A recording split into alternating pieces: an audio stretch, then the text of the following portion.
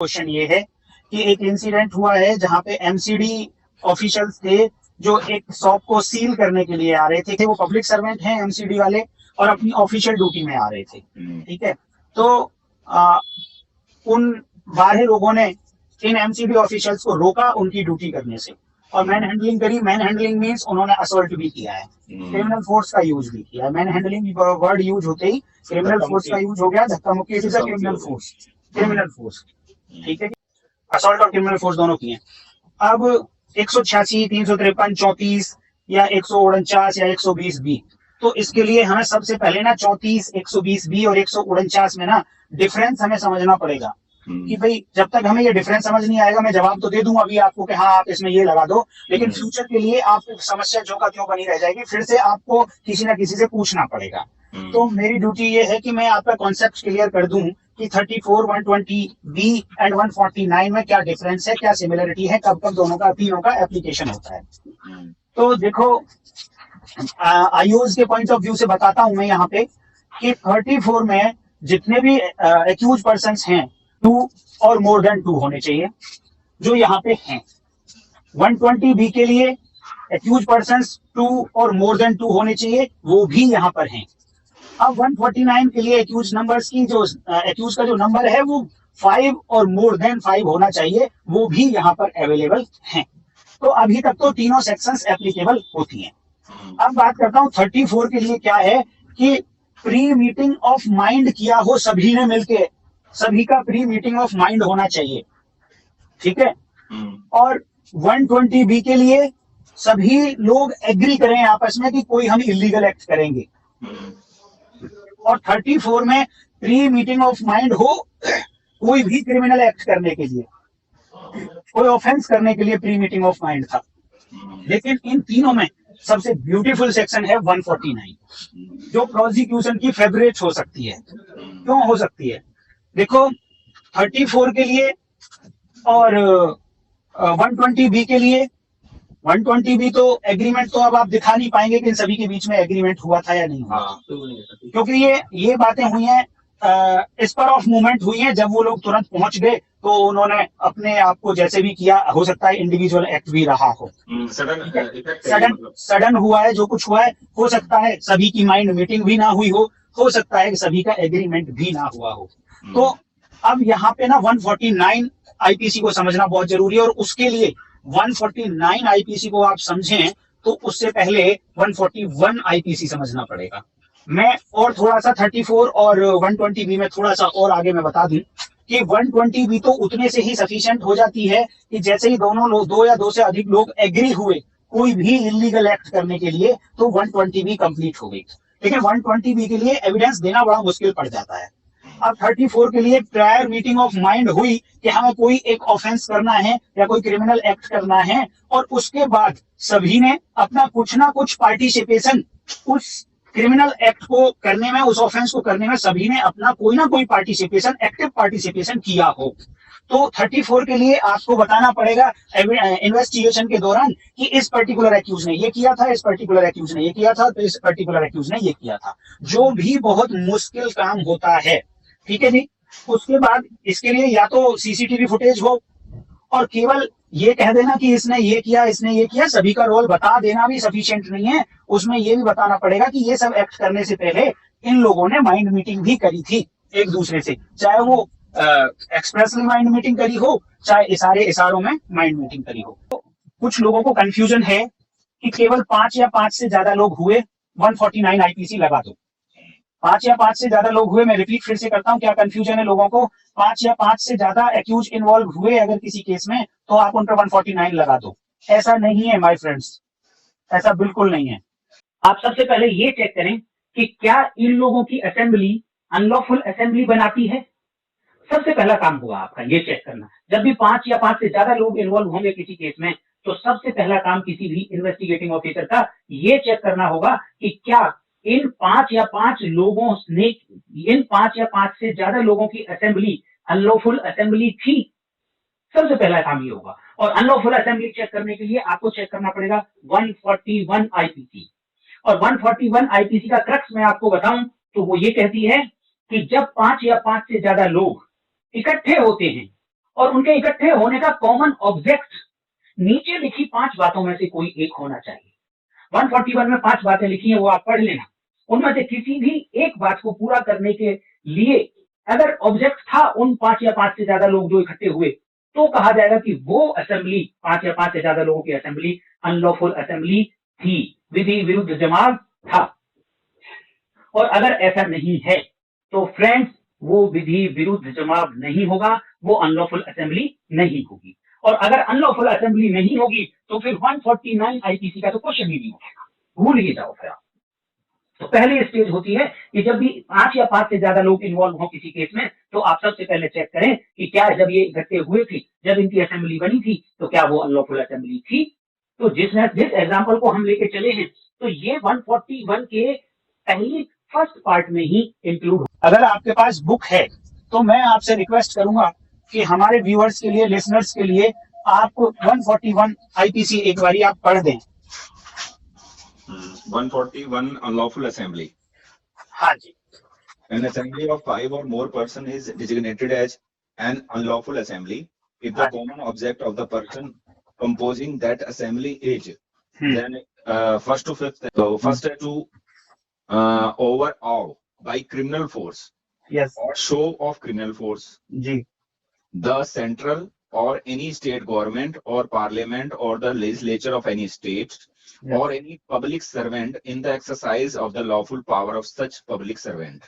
देखो हमारा काम यहीं पे चल जाता है, यहीं से फर्स्ट से चल जाएगा, फर्स्ट से चल जाएगा। अब आप 141 की जो पहली क्लॉज है, और जहां पे ये बताया गया है कि पब्लिक सर्वेंट अपनी ऑफिशियल ड्यूटी, जब अपनी ड्यूटी एक्सरसाइज कर रहा था, तब क्रिमिनल फोर्स का यूज करके उसको डराया गया।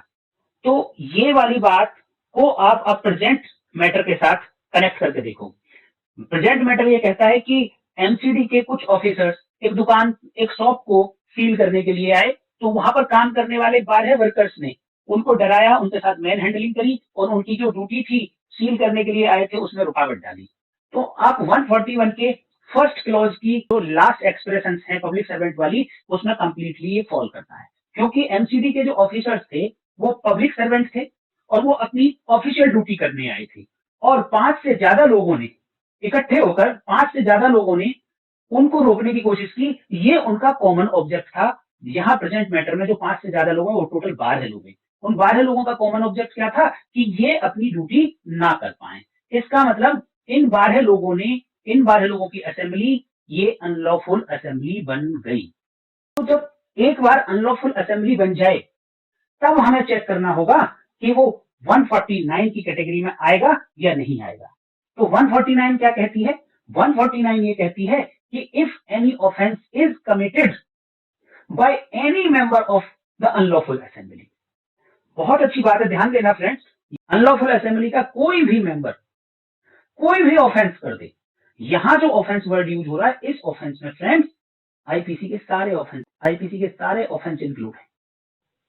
तो अगर हमेशा के लिए अपने माइंड से कंफ्यूजन निकालना है ना, तो इन दोनों बातों को बहुत ध्यान से समझ लो कि 149 में भी एक ऑफेंस वर्ड यूज हुआ है, 141 में भी एक ऑफेंस वर्ड यूज हुआ है। तो 149 में जो ऑफेंस वर्ड यूज हुआ है, इस ऑफेंस वर्ड में आईपीसी का हर ऑफेंस इंक्लूड है। लेकिन 141 आईपीसी में जो ऑफेंस वर्ड यूज हुआ है, उस ऑफेंस वर्ड में केवल और केवल स्पेशल लॉ और लोकल लॉ के ऑफेंसेस इंक्लूड हैं। वहां आईपीसी का कोई ऑफेंस इंक्लूड नहीं है। तो बहुत ध्यान से समझ लो इस बात को। तो 149 एक्चुअल में एप्लीकेबल होती कब? तो पहले कोई भी असेंबली जो 5 या 5 से ज्यादा लोगों की है, वो 141 को कंप्लीट करेगी। यानी उनका कॉमन ऑब्जेक्ट इन 5 बातों में से कोई एक बात का होना चाहिए, जो 5 बातें 141 आईपीसी में लिखी गई। इनमें से अगर एक भी ऑब्जेक्ट नहीं है उस असेंबली का, तो आप सोच लेना कि वो असेंबली अनलॉफुल असेंबली नहीं हुई। सबसे पहला स्टेप ये होगा। अब दूसरा स्टेप कि जब ये असेंबली अनलॉफुल असेंबली बन गई, तो अब उस असेंबली के किसी भी पर्सन ने, किसी भी मेंबर ने, ध्यान देना, जब ये असेंबली बन गई उसके बाद असेंबली बनने तक मर्डर नहीं चाहिए। कॉमन ऑब्जेक्ट मर्डर करने का नहीं होना चाहिए। कॉमन ऑब्जेक्ट अगर मर्डर करने का है तो वो असेंबली अनलॉफुल असेंबली नहीं होगी। हाँ, कॉमन ऑब्जेक्ट क्रिमिनल ट्रेसपास करने का, कॉमन ऑब्जेक्ट मिसचीफ करने का, कॉमन ऑब्जेक्ट पब्लिक सर्वेंट कोई ड्यूटी कर रहा है तो उसकी ड्यूटी में रुकावट डालने का, कॉमन ऑब्जेक्ट पार्लियामेंट को डराने का, लेजिस्लेटिव असेंबली को डराने का, ये सारी बातें जो 141 आईपीसी में लिखी गई हैं, 5 फिफ्थली करके, फर्स्टली, सेकंडली, फोर्थली, फिफ्थली लिखी हैं, तो इनमें से किसी एक का होना चाहिए। तो अब वो अनलॉफुल असेंबली बन गई। लेकिन ध्यान देना कि अब जब वो अनलॉफुल असेंबली बन गई, तब उस अनलॉफुल असेंबली के किसी भी एक मेंबर ने उसी कॉमन ऑब्जेक्ट को पूरा करने के लिए, कौन सा कॉमन ऑब्जेक्ट, जो 141 में से किसी एक बात को लेकर असेंबली अनलॉफुल असेंबली बनी थी, उसी कॉमन ऑब्जेक्ट को पूरा करने के लिए अनलॉफुल असेंबली के किसी भी मेंबर ने अगर कोई भी ऑफेंस कर दिया, कोई भी आईपीसी का ऑफेंस कर दिया, ध्यान देना, कोई भी आईपीसी का ऑफेंस, कोई भी ए टू जेड, तो 149 ये कहती है कि अब उस ऑफेंस के लिए जो अकेले मेंबर ने भी किया है, बाकी किसी मेंबर ने नहीं किया वो ऑफेंस, बट बाकी सभी मेंबर्स उस अनलॉफुल असेंबली के मेंबर थे, और ये जो ऑफेंस किया गया था इन प्रोसिक्यूशन ऑफ कॉमन ऑब्जेक्ट ही किया गया था, तो इस असेंबली का हर मेंबर अब इस ऑफेंस के लिए लायबल होगा जो अकेले मेंबर ने किया है। एग्जाम्पल देता हूं, एग्जाम्पल के साथ समझाता हूं, बहुत अच्छे से आपको समझ में आएगा कि 10 लोग हैं, 10 लोगों ने कहा कि भाई चलो इकट्ठे होकर चलते हैं और एक आदमी को ए को मारना है, मर्डर करेंगे जाकर। एक एग्जाम्पल ये हुआ। दूसरा एग्जाम्पल ये है कि भाई चलो 10 लोग इकट्ठे हुए और वो कहते हैं कि भाई चल के इस पर्टिकुलर किसी आदमी के घर में आग लगाएंगे चल के। दो सिचुएशन है। तो पहली सिचुएशन जो थी जहां 10 लोग इकट्ठे हुए कि चलो ए का मर्डर करना है, और वो मर्डर करने के लिए पहुंच भी जाते हैं ए के पास, मर्डर कर भी देते हैं, लेकिन ये 10 लोगों की असेंबली अनलॉफुल असेंबली नहीं है, यहां पर 149 नहीं लगेगी। लेकिन दूसरी सिचुएशन देखो, वो कहते हैं चलो किसी के घर को आग से जलाएंगे, 10 लोग इकट्ठे होके, और वो पहुंच भी जाते हैं वहां पर, और जब वो उसके घर को जलाना चाहते हैं, जलाने लगते हैं, तभी वो घर वाला निकल के आया और वो रोकने लगा उनको, तभी उन्होंने क्या किया कि उस आदमी का मर्डर कर दिया। अब ध्यान देना कि मर्डर करने से पहले वो 10 लोगों की असेंबली, और उसमें से किसी, मान लो उनमें से किसी एक ही आदमी ने मर्डर किया, केवल ध्यान देना किसी एक ही आदमी ने मर्डर किया, तो अब यहां पे बाकी 9 लोग भी उस मर्डर के लिए लायबल होंगे और 149 आईपीसी लगेगी उनके ऊपर, चाहे उन्होंने कोई भी एक्ट ना किया हो, लेकिन वो उस असेंबली के मेंबर थे और मौके पे प्रेजेंट थे, कॉमन ऑब्जेक्ट था कि मिसचीफ करना है। तो इस सिचुएशन में 302 लगेगी, हर पर्सन पे लगेगी, 149 के साथ पढ़ी जाएगी, बाकी 143 आईपीसी अलग से लगेगी, 146 अलग से लगेगी, ये सब लगेगी। तो आप कहीं ये कंफ्यूज नहीं हो जाना कि 149 के साथ कभी भी मर्डर तो लगेगा।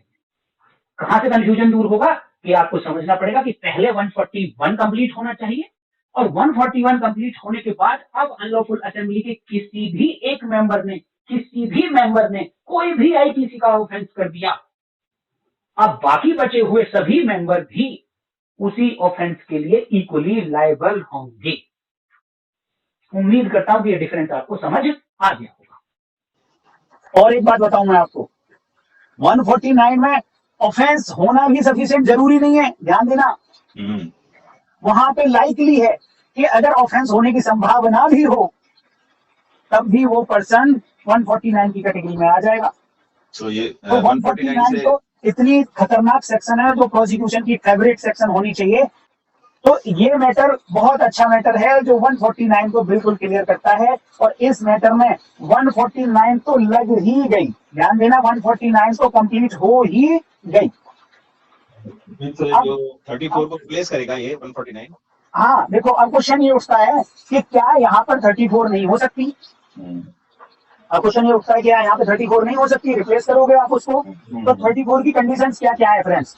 34 की कंडीशन ये है कि उनका माइंड मीटिंग हुआ होना चाहिए।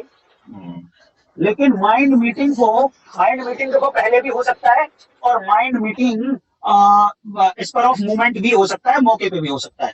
माइंड मीटिंग की कोई जरूरी नहीं है कि वो 1 घंटे पहले हो, 2 घंटे पहले हो, या 4 घंटे पहले हो। मौके पे भी हो सकता है। तो यहाँ पे भी हो सकता है कि उनकी माइंड मीटिंग हो गई हो। तो जितने लोगों के खिलाफ, ध्यान देना, जितने लोगों के खिलाफ आपके पास एविडेंस आ जाती है उनके कंडक्ट से, उन्होंने क्या बोला, उन्होंने किस तरीके से एक्ट किया, बोला एक का ए तू ये कर, बी तू ये कर, सी तू ये कर, जितने लोगों ने ऐसा बोला, जिनके खिलाफ आपके पास एविडेंस आ गई, उन पे आप 34 लगा दो, लग जाएगी। 34 भी लग जाएगी, 149 भी लग जाएगी। रीजन कोई कह सकता है कि भाई दोनों कैसे लग सकती हैं? तो मैं आपको एक बात बता दूं, दोनों ही सेक्शन पहले तो जॉइंट लाइबिलिटी क्रिएट करती है, ग्रुप लाइबिलिटी क्रिएट करती है।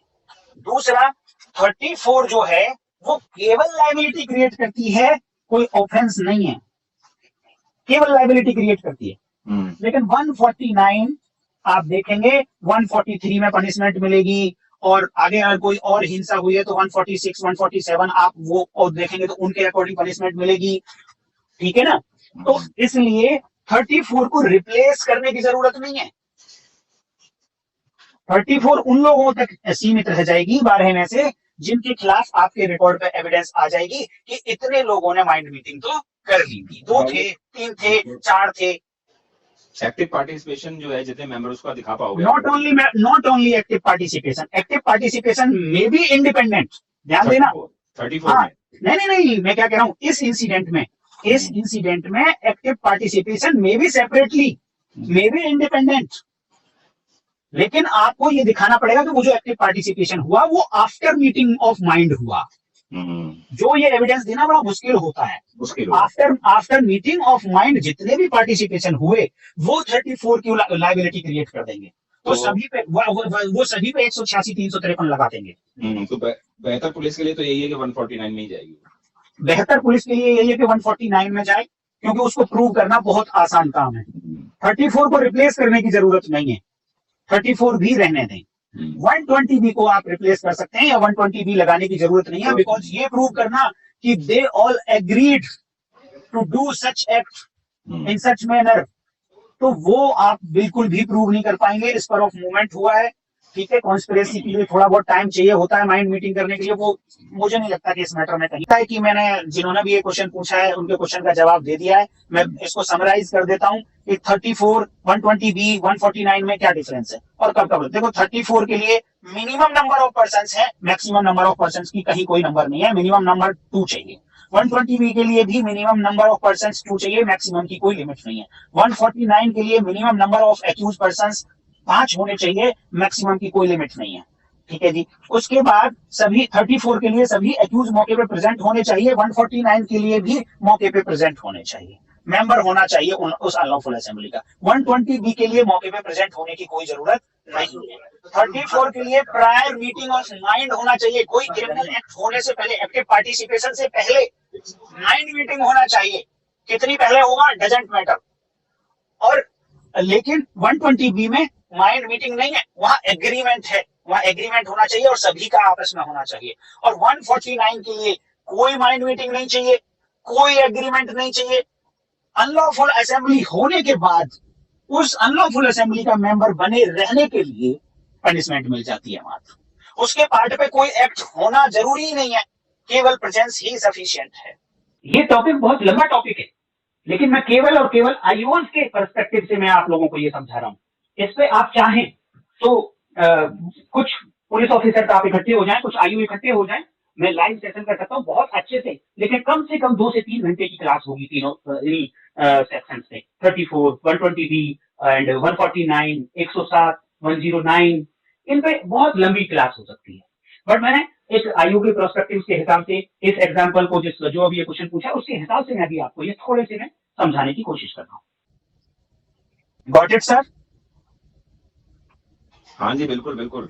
अगर कोई और डाउट है तो आप सर पूछ सकते हैं। मुझे लगता है कि जिन्होंने भी ये क्वेश्चन आपसे पूछा है सर, उनको आप बता सकते हैं, या मैं वीडियो उनको हम ये ऑडियो शेयर कर देंगे। ये आप शेयर कर दें तो बेहतर रहेगा सभी के लिए। मैं सभी के लिए शेयर कर दूंगा ये, और उम्मीद करूंगा, रिक्वेस्ट करूंगा सभी लोगों से कि आप सब्सक्राइब जरूर कर लें चैनल को, और इसी तरीके से अपना प्यार देते रहें। मेरी रिक्वेस्ट है आप सभी लोगों से, अगर आपका कोई क्वेश्चन है तो सर जो मेरे से सामने क्वेश्चन पूछ रहे हैं, इनका नंबर मैं आपको प्रोवाइड करा रहा हूं। सर आप अपना नंबर एक बार बोल दें। इस नंबर पे आप व्हाट्सएप करें, केवल कॉल ना करें। मैं सभी से रिक्वेस्ट करता हूं, इस नंबर पे अपना क्वेश्चन आप व्हाट्सएप कर दें। सर उसको पढ़ लेंगे और पढ़ने के बाद मुझसे पूछेंगे, तो हम दोनों डिस्कस करके आपको 24 घंटे के अंदर उस क्वेश्चन का जवाब दे देंगे।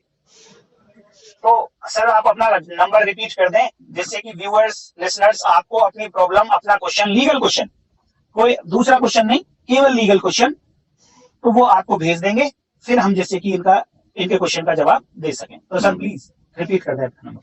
ठीक है सर, मेरा नंबर है 9871944491। दोबारा मैं बोल देता हूँ 9871944491। तो मैं फिर से एक बार रिक्वेस्ट करूंगा कि केवल इस नंबर पे व्हाट्सएप करें, मैसेज करें, व्हाट्सएप कॉल भी ना करें, क्योंकि एक आदमी इतनी सारी कॉल आ जाएंगी, सुन पाना बड़ा मुश्किल होगा। अब जैसे ही क्वेश्चन आएगा तो हम लोग डिस्कस करके और इसी तरीके से पॉडकास्ट की फॉर्म में हम आपको जवाब दे देंगे।